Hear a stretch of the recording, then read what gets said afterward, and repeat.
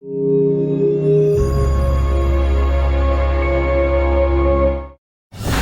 on Battle 360, USS Enterprise was savaged by terrible bomb hits in the Battle of the Eastern Solomons, her worst battle damage yet. Now it's a race to get her repaired and back to sea. The Japanese would love to get another shot at sinking the Big E.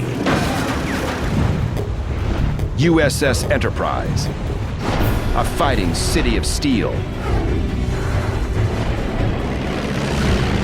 She is the most revered and decorated ship of World War II. On this 360-degree battlefield, where threats loom on the seas, in the skies, and in the ocean depths, the Enterprise's enemies could be anywhere and everywhere. There's nowhere to run when the battle's all around you. Battle 360, USS Enterprise, Bloody Santa Cruz.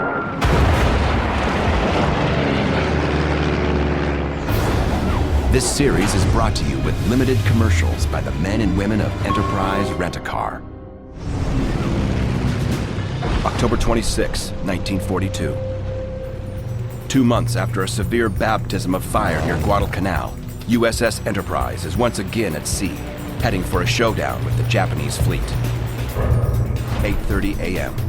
Enterprise dive bomber pilots Charles Irvine and Stockton Strong are on the hunt for the Japanese fleet.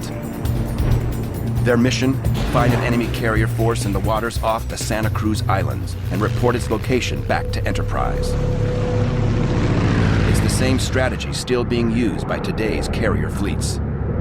The F-14s we would send out on long radials away from the carrier looking for targets. And if you hit something with your radar, you would just relay that information back to the ship because you were just a solo guy out there. You weren't going to be able to do any kind of, prosecution. You were just out there really for detection more than anything. But these bomber pilots have something else in mind. 13,000 feet below, the giant flight decks of 4 Japanese flat tops appear out of the morning haze. They are Shikaku, Zuikaku, Junyo, and Zuiho. They're literally within striking distance of the Big E. Enterprise is outnumbered. The pilots are right over the Zuiho, an ideal spot to hit her with 500-pound bombs, a perfect target of opportunity, and there isn't a single enemy Zero in sight. If the lone airman can hit her badly enough, it could help even the odds. It's a risky move for only 2 warplanes. Even without air cover, the Zuiho is a well-armed enemy. It wouldn't take much to knock Strong and Irvine out of the sky. But their commander has told them, attack, repeat, attack. The gutsy pilots brave a sky torn with flak and pounce on the carrier Zuiho. At 1,500 feet, they let loose with their 500-pound explosives. The bombs nail Zuiho's flight deck.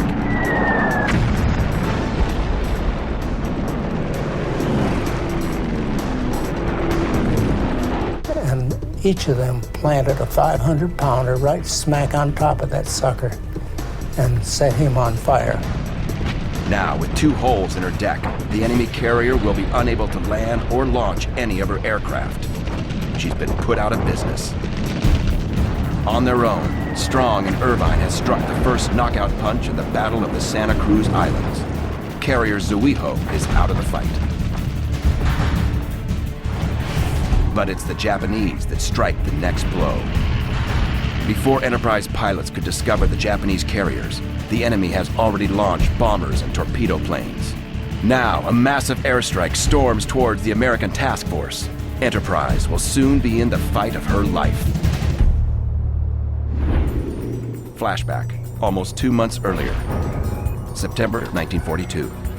Enterprise rests in the repair dry docks at Pearl Harbor.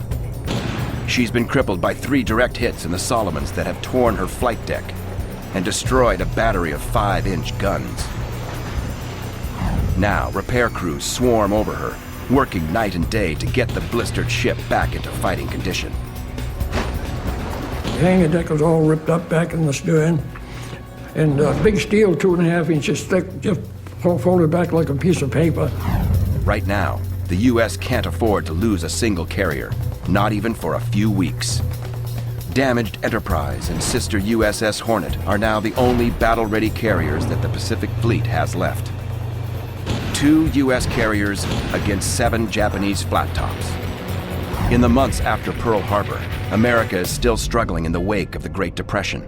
There simply aren't enough guns, enough ships, or enough airplanes.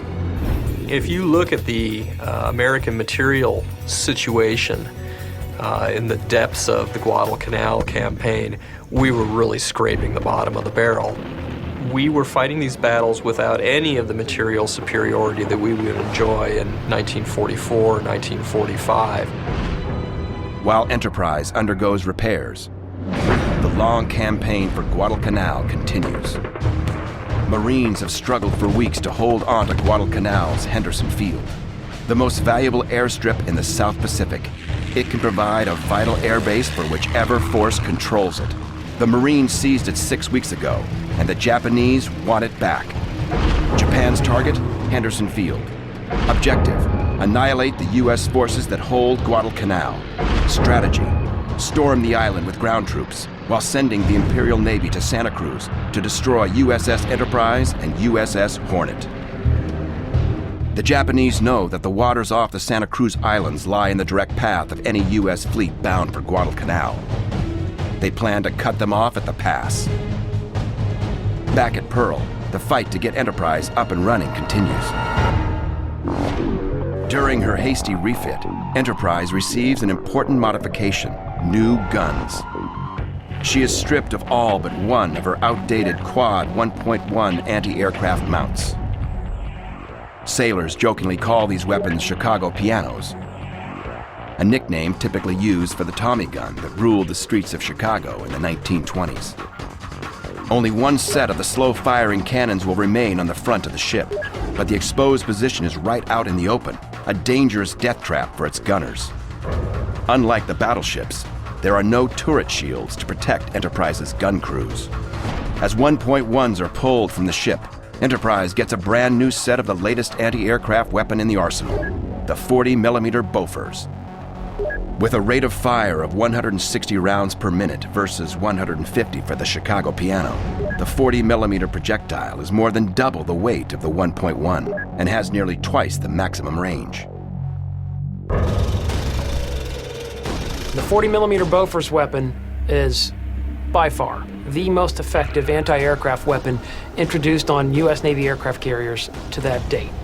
It's a weapon that could accelerate those projectiles up to about 2,800 feet per second. They had about a 4.5-mile range. Unlike 1942, today's modern carriers rely on a complex system of radar-guided air defense that ensure accurate fire and a definite kill. Back then, without a real guidance system, we just tried to put as much junk up in the air as possible and hope that we'd hit something. Armed with 4 of the new quad-mount 40mm cannons, Enterprise will have a better chance of pounding an enemy bomber before it delivers a hellish payload. While Enterprise prepares for the journey back to Guadalcanal, she takes on a batch of pilots fresh from flight school. Texan Bruce McGraw has just completed his training. Enterprise is his first carrier assignment. My mother had wanted me to be a doctor, and my dad had wanted me to be a minister, and I didn't want to be either one. So here I am, a dive bomber pilot on the Enterprise. I felt like I was as safe as you were going to be. They were capable. They were fighters. They were warriors. They were experienced. They were good people. And it was a real brotherhood, and you became part of it, and you were glad to be there. Another pilot is Donald Gordon of Fighting Squadron 10. In little more than 2 years, he's gone from a farm in Kansas to the flight deck on USS Enterprise. When I got to Fighting 10, the skipper says, "What's your nickname?" I said, "Curly." I did have curly dark hair at that time. And he said, that won't sound very good over the radio. How about Flash? And I've been Flash Gordon ever since.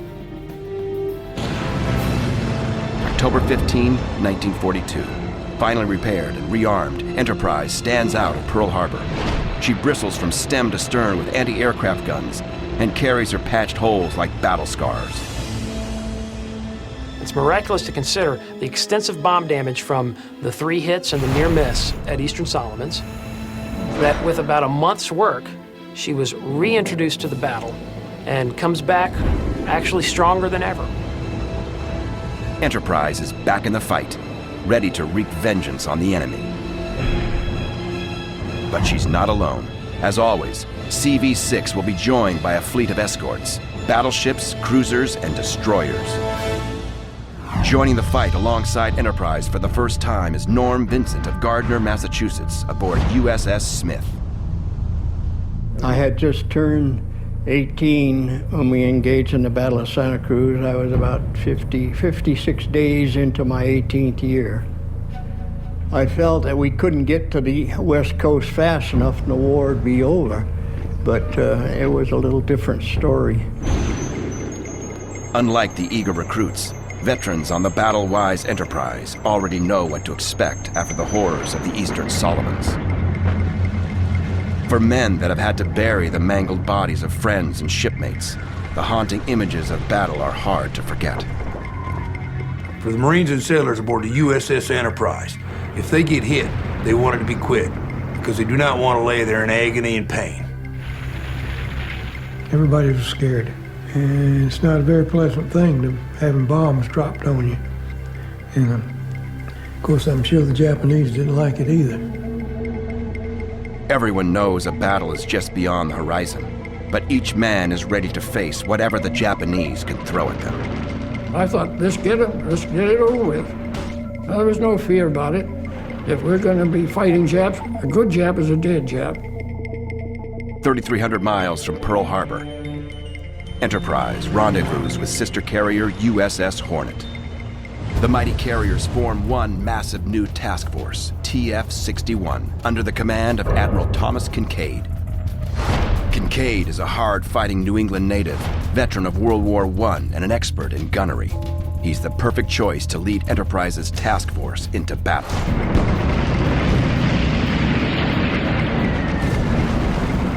Together, the two ships have seen a lot of action. They're about to see a lot more. The combined force of the two carriers, 136 aircraft, a battleship, 6 cruisers, and 14 destroyers rallies in preparation for the coming battle. Target, the Santa Cruz Islands. Objective, keep Henderson Field on Guadalcanal in American hands. Strategy, lure the Japanese fleet away from Guadalcanal and destroy them. But Enterprise and Hornet are outnumbered and outgunned. The Japanese bring 4 aircraft carriers into the battle, 2 battleships, and then all the supporting ships. And so, in yet another naval battle, American forces are at the disadvantage in terms of numerical superiority. The Japanese have it, and we don't. The Japanese flat tops can deliver the punch of more than 150 warplanes, with the backup firepower of nearly 40 surface vessels. But if the Marines are going to hold Guadalcanal, they'll need naval support. They'll need USS Enterprise. The fate of the campaign now rests on Enterprise and an outnumbered American task force. We don't pick our battles based on odds. Sometimes the battles pick you. We certainly don't run from a battle based on being outnumbered. You adapt your tactics to the scenarios at hand, but we don't run from a fight, and we didn't then. As Hornet and Enterprise steam for Santa Cruz, enemy forces attack U.S. positions around Henderson Field. However, the Army was not able to deliver the goods against the Marines. They were not able to crack the defensive perimeter and actually put that airfield out of business. But because of bad communication, The commanders of the Imperial fleet incorrectly believe that their army has taken Henderson, so they head south to meet the Americans at Santa Cruz. October 26, 1942, 5:50 a.m., Enterprise goes to general quarters. She launches 16 dauntless SBDs to patrol the sea and seek out the enemy. Each plane carries a 500-pound bomb under her belly.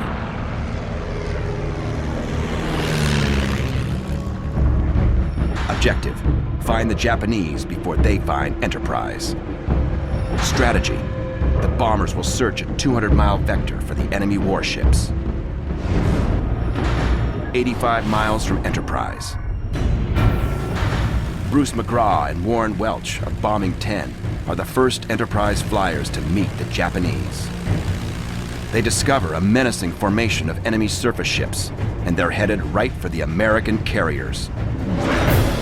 It's the Vanguard Force, the first line of Imperial battleships, cruisers, and destroyers.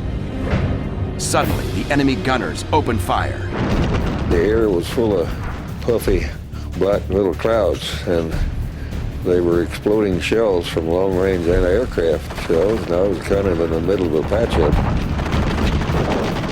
Welch and McGraw pull out of a storm of flak and head back for Enterprise. But other Big E airmen continue the hunt for the Japanese carriers. 100 miles away is the carrier Zuiho. This is the moment where Enterprise pilots Stockton Strong and Charles Irvine deliver their brutal punch to the enemy flat top.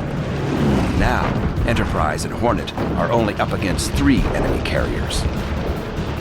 But the Japanese carriers have already launched a major airstrike. Back at Task Force 61, radar operators report a massive Japanese air group headed right for them. The carriers steam in 2 tight circles, 10 miles apart. Their battleships, cruisers, and destroyers close by. Just as the Japanese air attack closes in on Task Force 61, Enterprise enters the cover of a rain squall. The concealment of the low clouds will keep the Japanese from finding the Big E. For the moment, she's safe. Hornet is not so lucky. 20,000 feet above the American ships, the enemy strike closes in on carrier Hornet. The pilots that attack Hornet at Santa Cruz are among the finest in the Imperial Navy, veterans of Pearl Harbor and Midway. These Japanese airmen are literally the last of their kind. The air attack that's delivered against Hornet is one of the finer examples of a combined air attack. In fact, it would be the last of the sort of prototypical combined attacks that the Japanese were able to do during the entire war. The skies above USS Hornet are clouded with a storm of Japanese aircraft. From his battle station on the starboard 5-inch battery, Earl Miller has a front row seat to the enemy assault. I saw some silver aircraft going over, and ours weren't silver, ours were blue. All the ships in the group all opened fire. Things really happened from that moment on. 21 Val dive bombers and 27 Kate torpedo planes plummet out of the skies and pour down on Hornet. American ships open up on the armada of Japanese aircraft and blanket the sky with bursts of 5 and 1.1-inch shells. 3,000 yards behind Hornet, cruiser Northampton and her crew of tested veterans plow through the wake directly behind the carrier. We could see the dive bombers coming in probably up 15, 20,000 feet. And as you could start picking them out, because when they got down to around 15,000 feet, they were within range of the 5-inch 38 batteries. As the battle rages all around, Northampton waits to open fire. Her short-range, 5-inch 25 caliber anti-aircraft guns just don't have the reach to hammer the enemy planes. Tense moments pass as her gunners await their orders. There's this agonizing wait. It's like the don't shoot till you see the whites of their eyes.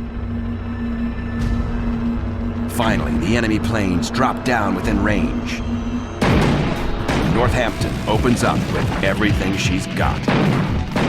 So we started firing as soon as they got in range, and then you can see shell bursts actually begin to take effect, and occasionally you'll see a plane get hit and come down in a streak of fire. 5,000 feet above Hornet, the Vows begin their deadly assault. I looked straight up and I saw there was a dive bomber coming straight down. And as I watched him, I saw a bomb detach from the bottom of the plane. I said, oh, I hope this one's not for us. At the last possible second, it misses the ship and explodes in the water. But not all of the Japanese Vows have such bad aim. The next pilot is dead on. A bomb nails Hornet's flight deck and scatters shrapnel across the ship. Enterprise's sister shakes from stem to stern. Nearly 60 men below decks perish within an instant of the savage explosion. The lucky ones never know what hits them. Now, torpedo pilots attack Hornet from the rear, drawing them into a gauntlet of fire. But it doesn't stop them. They're hell-bent on hitting the racing carrier. At that same moment, another dive bomber lines up for an attack. As it closes in on Hornet, it's met with a ferocious volley of fire. But it keeps on coming. The bomber pushes into a nosedive. Seconds later, it smashes right into the stack of USS Hornet. The plane bounces off the ship's island and crashes into the flight deck in a ball of mangled, twisted steel. 7 men aboard Hornet are killed instantly. The suicide plane has scorched the tripod signal mast and has left a wing jammed in the smoke funnel. Aviation fuel burns through the flight deck. And the nightmare is only beginning. 2 torpedo planes survive the rapid fire of the task force guns. They come in from the southeast, release their torpedoes, and blow 15-foot holes in the Hornet's hull.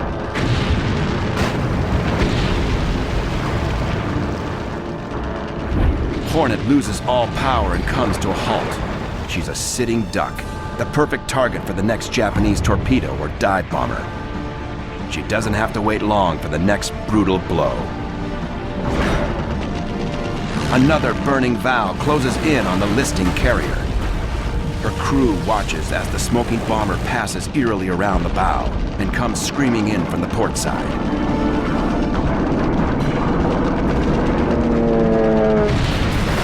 For the second time this day, Hornet is the victim of a suicide attacker.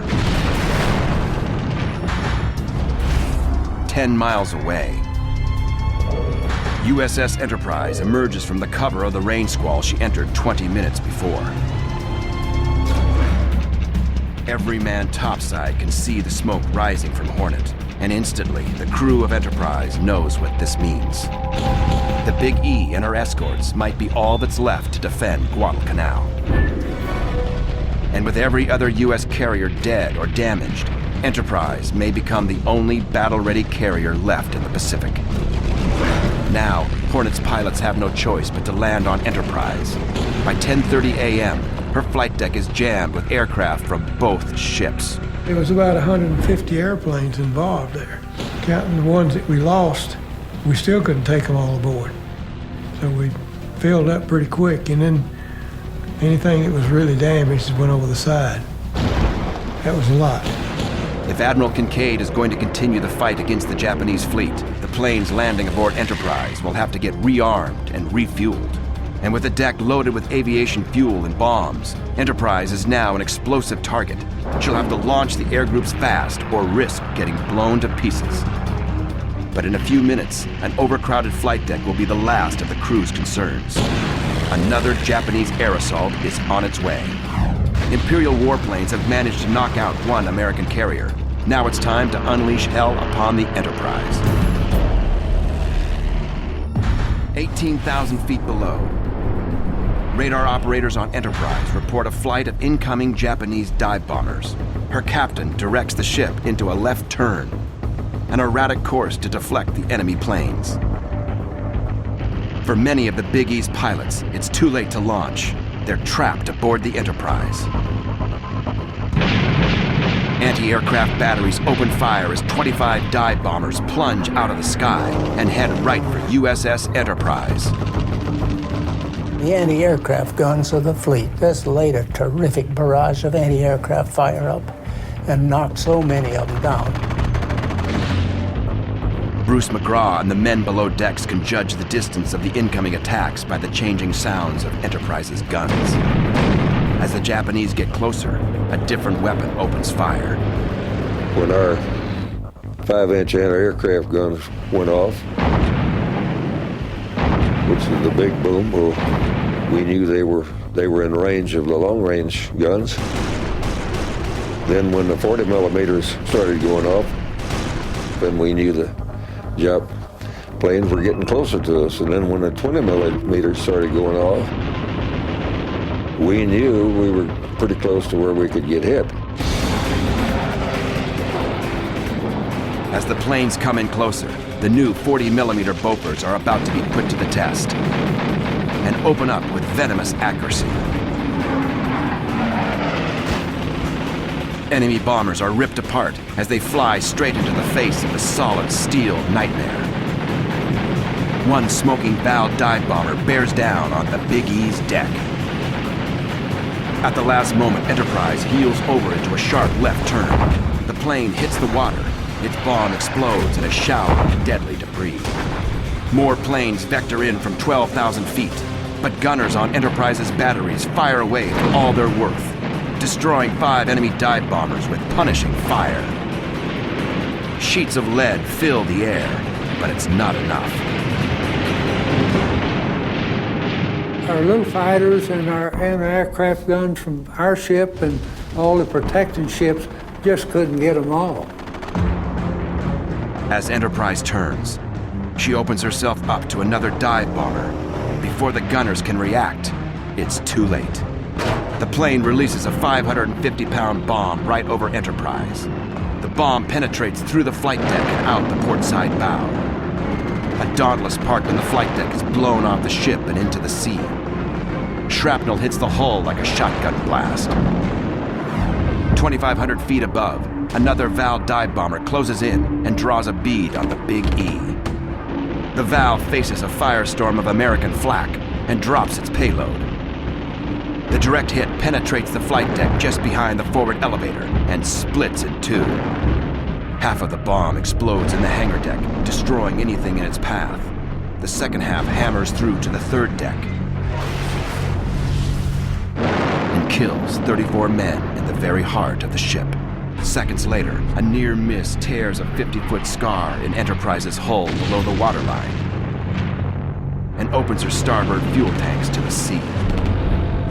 The Big E now streams a blood trail of oil in her wake that the Japanese are sure to follow. The entire enemy attack on Enterprise has taken only minutes. Surviving bombers pull out of the deadly airspace, their ranks decimated by American firepower. 15,000 feet above,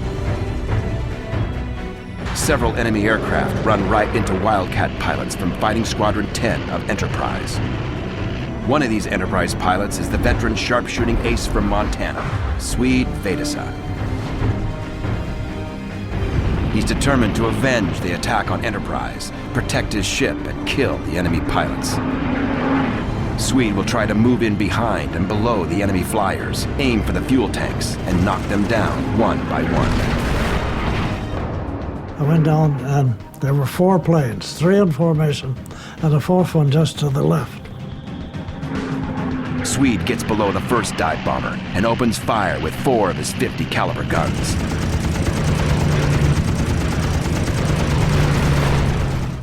Immediate fire.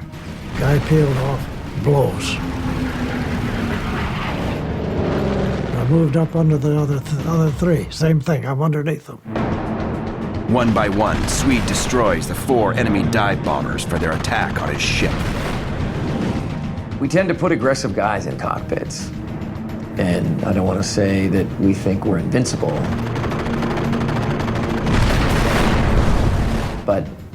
say that our chest sticks out pretty far, I think would be accurate. Back on Enterprise, pilot Bruce McGraw makes his way to a first aid station and volunteers to help the wounded. I went in and immediately went to one of the doctors that I knew, and I said, is there anything I can do to help? He said, well, go sit by that sailor right there and talk to him and ask him if there's anything you could do for him. The man was a bad burn victim, I could tell that, and he kept asking for morphine. And so I got up, went over and told the doctor, I said, he wants morphine. And he says, well, he's had all that we can give him, but he has less than 10 minutes to live, so just do what you can. So I went back and he gradually leaned over against me and he was gone. While the Big E's wounded fight to survive, the savage air and sea battle rages on all sides. Now that the dive bombers have had their shot at Enterprise, it's time for the dreaded torpedo planes. 16 Kate torpedo planes head right for Enterprise. Within minutes, they will have the Big E dead in their sights. And whichever way we turned, they were going to get us, so they thought. It's a classic hammer and anvil assault. 8 Kates will attack from starboard, while 8 more come around the port side. If everything goes to plan, Enterprise will have nowhere to run. But any Japanese air group making an assault on an American carrier can expect a squadron of determined fighter planes. One thing the enemy torpedo pilots attacking the Big E don't expect is Lieutenant Stanley Swede Vedasa of Fighting Squadron 10. Here come a torpedo plane, and right in front of me. Swede moves underneath the first Kate torpedo plane and opens fire. The enemy plane is hit with hot lead and burns, but keeps on going. Swede has precious few bursts of .50 caliber ammo left as he chases the Kate right into the flak of Enterprise. At any moment, he could be blasted out of the sky by his own comrades. I thought if he goes any farther, I'll have to give him my last burst of ammo. Well, he got down right over the water, he dug in a wing and cartwheeled. Now that the enemy plane is down, Swede must climb out fast or risk the friendly fire from the carrier he's trying to save. As Swede climbs above the deadly flak bursts, he spots yet another torpedo plane, and it's headed right for USS Enterprise. I knew I had a few rounds left, and I did. And I fired those last few rounds, and immediately he caught on fire. But he kept going, and he kept going. Peppered by Swede's .50 caliber rounds, the Kate shows no signs of giving up. But I'm right behind him, and this is the time I seriously considered cutting his tail off with my prop. And I thought, I don't know if this is a good idea or not. Suddenly, the torpedo plane does something that nobody can predict. It makes a nosedive right in front of Swede. It's headed right for the American ships. Directly below the firefight in the skies is destroyer escort USS Smith.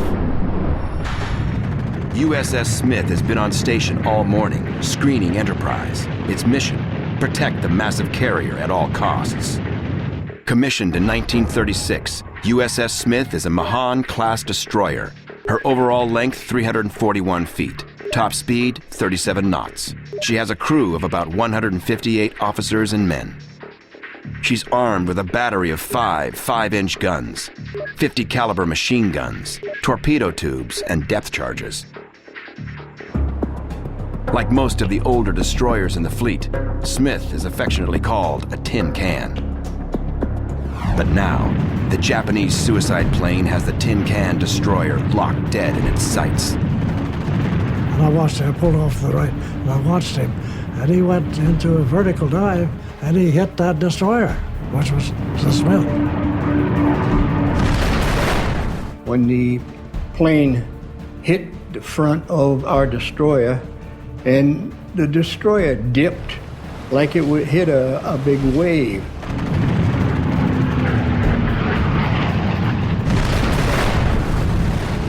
And then all of a sudden, the whole front end was ablaze. In an instant, the entire forward 5-inch battery on USS Smith is blown apart, killing every gunner. She loses control and turns hard to starboard. Enterprise is forced to heel from her zigzag course to keep from slamming into her. But what the crew of USS Smith doesn't know is that the Japanese plane's torpedo somehow survived the crash, and it's still armed and ready to detonate. 400 yards from USS Smith, the battle-weary crew of Enterprise faces the remains of a fierce hammer and anvil assault by the Japanese torpedo planes. One by one, they come in low and release their warheads. 3 torpedoes splash into the water ahead of Enterprise. Anxiously, nearly every man watching waits for the collision of the warheads. And the captain did some pretty deft maneuvering. Those 3 torpedoes slid to the stern of the ship on our port side, so close that you couldn't look over the side and hardly see them. 800 yards ahead, another torpedo splashes as a cape drops its payload. The captain orders a full right rudder as the torpedo closes in on the carrier. As the guilty plane pulls out of its release, all that stands in the way of escape is the old Chicago piano, the last of the antiquated 1.1-inch guns on Enterprise. Will it have the firepower to get the job done? The 1.1 roars into action. It's in a perfect spot to protect Enterprise one last time. It savages the enemy plane with a lethal dose of lead. For these sons of the Empire, the blazing Chicago piano is the last sight they'll ever see. The captain watches as the torpedo swims right past his ship, barely 100 feet away. It's another close call. We evaded them all. That ship of ours could turn sharply. She'd lean way over, boy, you thought we were going over, but she could evade. In all, Enterprise dodges 9 torpedoes in this single day of fighting. Back on USS Smith, the tin can sailors are in the midst of chaos. They have no idea that the blaze on the ship's bow is about to ignite a Japanese torpedo. October 26, 1942. USS Enterprise and her task force are in the fight of their lives near the Santa Cruz Islands. Just off the Enterprise's port side, destroyer escort USS Smith has just been hit by an enemy suicide plane and is engulfed by fire. But her sailors have no idea that a live torpedo is about to detonate.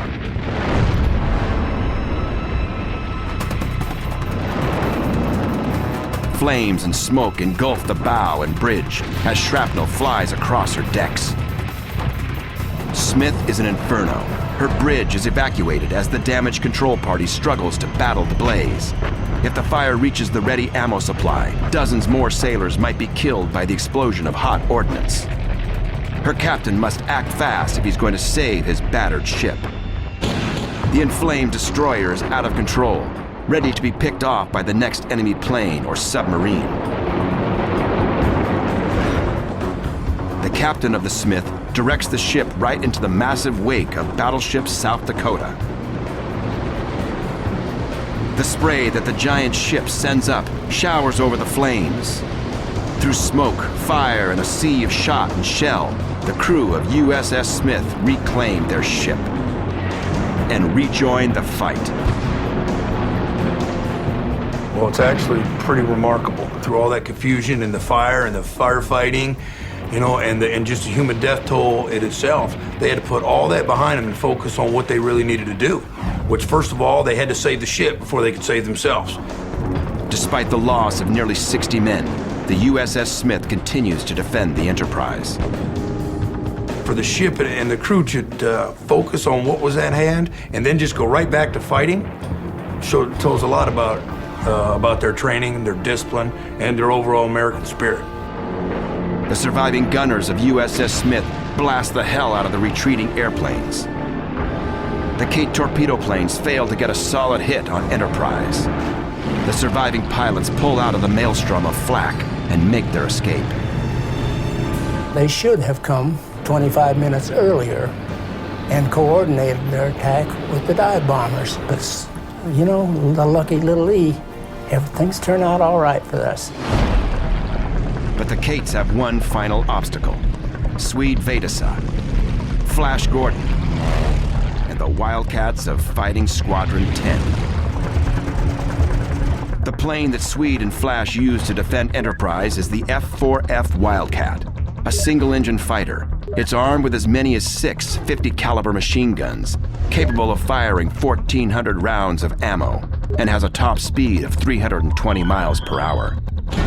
From the cockpit of his Wildcat, Flash Gordon has witnessed the horrific attacks on Hornet and Enterprise. Now it's payback time. Gordon sees a torpedo plane coming back from Enterprise, but he's out of ammo. His only choice is to charge the enemy plane head on. It's a dangerous game of chicken. And it's the Japanese pilot that blinks first. Gordon drives the Japanese flyer right into the water. So I claimed him without any ammo. Someone said, were you ever scared? I didn't know. I was just mad. Since the suicide attack on USS Smith, Swede Vedasa has flown outside the umbrella of American flak. With only a few bursts left in the belts of his machine guns, he carefully picks his next target. Swede selects a torpedo plane flying low to the water and fires the very last of his ammunition. It's his 7th and final kill of the day, his 12th in the war. In 6 months of carrier air combat in the Pacific, he's already a double ace. 5 is an ace. It's tough enough to get 1. So for a pilot to go out and nab 7, it sounds like he's in the groove there. In 1 hour of combat, the steady nerves of the men of Enterprise have been put to the test. Though battered and bleeding, the Big E is still afloat. It's a strange reality of war, but on a ship this large, fierce combat can be raging on deck, while for men like radar technician Roy Blood, assigned to stations deep within the ship, it's just the boredom of waiting. During a lull in battle, Blood offers his comrades an unusual treat. And we're all lying on our bellies in the shop in various places, under workbenches and whatever, for protection. And I can remember saying, anybody care for a black olive? And there was no response. So I repeated it. I got a can of black olives. Anybody want some? Speak up. This warrant officer, Stewart, who was more or less in charge of our group, he said, Roy, he said, that was something of the damnedest thing to say after a battle. Who could think of black olives at a time like that? 10 miles away, the painful ordeal aboard USS Hornet continues. She's already been savaged by direct hits with 550-pound bombs and 2 torpedoes, and she's dead in the water. I couldn't count the number of bomb hits and torpedo hits she took, but she took a terrible beating. She was already listing very much to starboard. So, and that's when our skipper decided that he would go and help Hornet. Northampton has fought beside Hornet all morning. Now her role is one of rescue. They dropped a towing wire to us. It's about a 2.5-inch steel towing wire. The after-gun mount on Northampton becomes a giant ball hitch. Amazingly, she begins to tow the massive carrier at an impressive 5 knots. Captain Mason is now certain that his ship can be saved. All he needs is time. But on Enterprise, Admiral Kincaid wrestles with what to do next. If the Japanese hit the Big E again, she may not make it, and the U.S. will have no more battle-ready carriers to take her place in the Pacific. Admiral Kincaid has 2 options.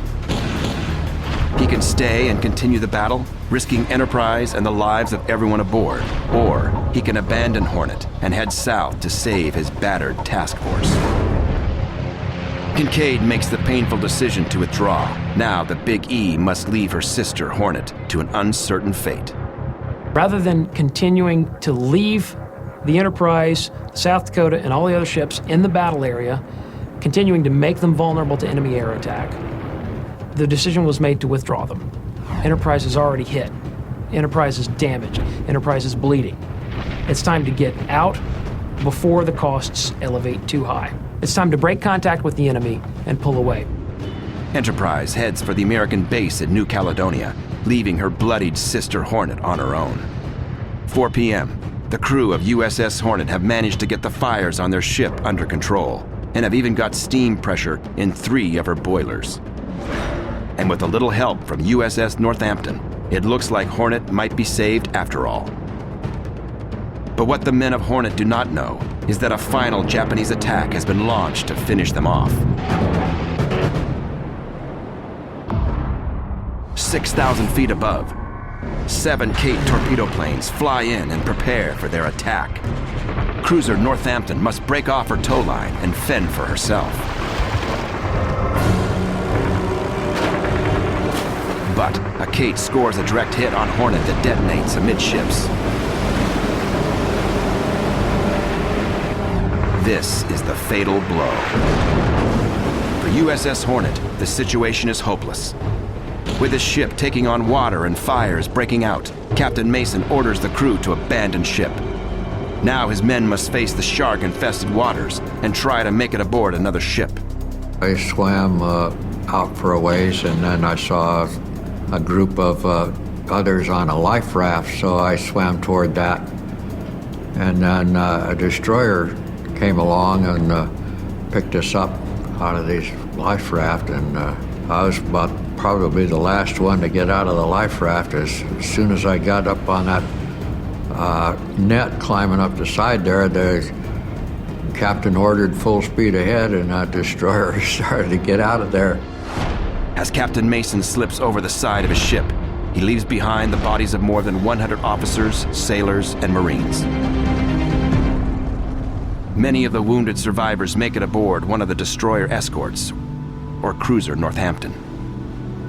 These guys were covered with fuel oil, a lot of them, and we didn't have very much left in the way of small stores or clothing to issue to them.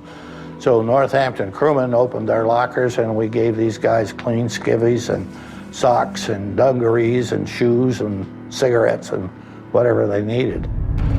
Radioing from his headquarters in Noumea, Admiral Bull Halsey orders the Hornet sunk. But not even 3 torpedoes and nearly 400 shells are enough to kill her. Hornet simply refuses to die. Later that evening, Japanese ships discover the Hornet, the very same ship that launched the Doolittle raid on their homeland 6 months before. Finally, after a salvo of Japanese torpedoes, the Big E's sister slips beneath the waves. Losing her is a very serious blow. We're now down to 1 operational aircraft carrier in the Solomons, and describing the Enterprise as operational is really stretching it at this point. As night falls, pilots like Flash Gordon and Swede Vedasa finally make it aboard Enterprise. They encounter scenes of death and destruction aboard the aircraft carrier that none of them are prepared for. The ship is torn by shrapnel. Her decks are awash in blood and debris. The air is filled with the smells of saltwater, cordite, and human flesh. The bodies of nearly 44 men have been quickly stowed away to make room for the repair crews. I can remember tears coming down my cheeks. I was crying, and my resolve was that this is too terrible a thing to have go on any longer than necessary, and the quickest way to get it over would be to kill as many Japanese people as I possibly could in my role as a dive bomber pilot. Kill as many Japanese as I could as soon as I could. In total, more than 400 American officers, sailors, pilots, and Marines perish in the Battle of Santa Cruz Islands. The day afterward, there were, I think it was 6 Hornet sailors had died of their wounds in our sick bay. And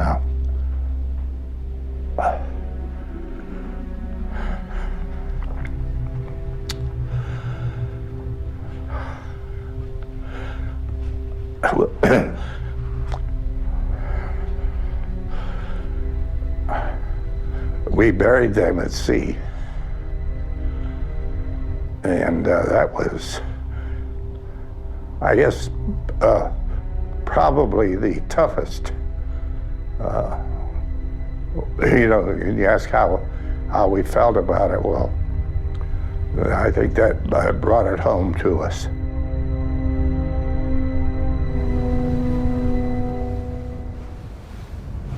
Throughout the morning of October 27th, 1942, Enterprise and nearly every ship under Kincaid's command must perform a very solemn duty, and it will mark one of the darkest days of the entire war.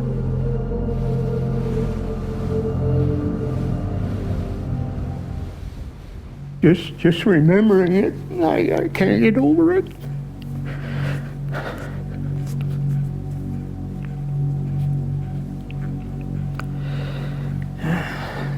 We all got on the fantail, and someone said a few prayers, and they let the bodies go. That's all I can say. The process of burial at sea is an old Navy tradition. An amazing and tremendous symbolic importance to those in the sea services, because in the sea services, you're devoted to the ocean. You go to sea. You are a seaman. That's what you do. And to return to it after your death is an extreme symbol of your commitment to the sea services. Enterprise is now the last of her kind, the only surviving ship of her class, and the only carrier left in the Pacific. The entire naval campaign now rests on her shoulders and the crew that mans her. So what did that do? That left the Enterprise. Then there was one. Enterprise versus Japan. Think about it, that's pretty weighty. I think from a morale perspective alone, that was very, very significant. We're the last ones, and we're the only good target for the Japs. Who's going to get it next? Though the loss of Hornet and so many U.S. sailors is a staggering blow, the Japanese can't claim victory. The cream of their aviation wing, more than 130 veteran airmen, have fallen to the guns of USS Enterprise and Task Force 61. These are losses that Japan will never be able to recover. Once again, Enterprise has somehow survived yet another violent encounter with the Japanese Navy.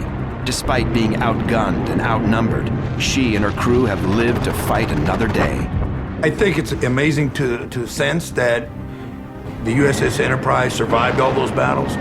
But then again, it just goes to show you about the discipline and the overall spirit of that crew. It had everything to do with the spirit of those fighting men that were actually on that ship. The Japanese attempt to reclaim Guadalcanal is a disaster, but in a matter of days, they will return. Guadalcanal is too great a prize to give up. Soon, on Battle 360, USS Enterprise will be patched up, returning once again to the Solomon Islands to face the enemy fleet at Guadalcanal. The Japanese Navy will send a massive force of battleships, destroyers, and 13,000 men to storm Henderson Field from the land and from the sea. In 3 days of epic battle, Enterprise will send an armada of troop ships to the bottom of the ocean. And the big guns of the battleships will go muzzle to muzzle in one of the largest sea engagements of the war. This time, it will be a no-holds-barred fight to the finish. Enterprise versus Japan. And the last one standing will claim Guadalcanal once and for all.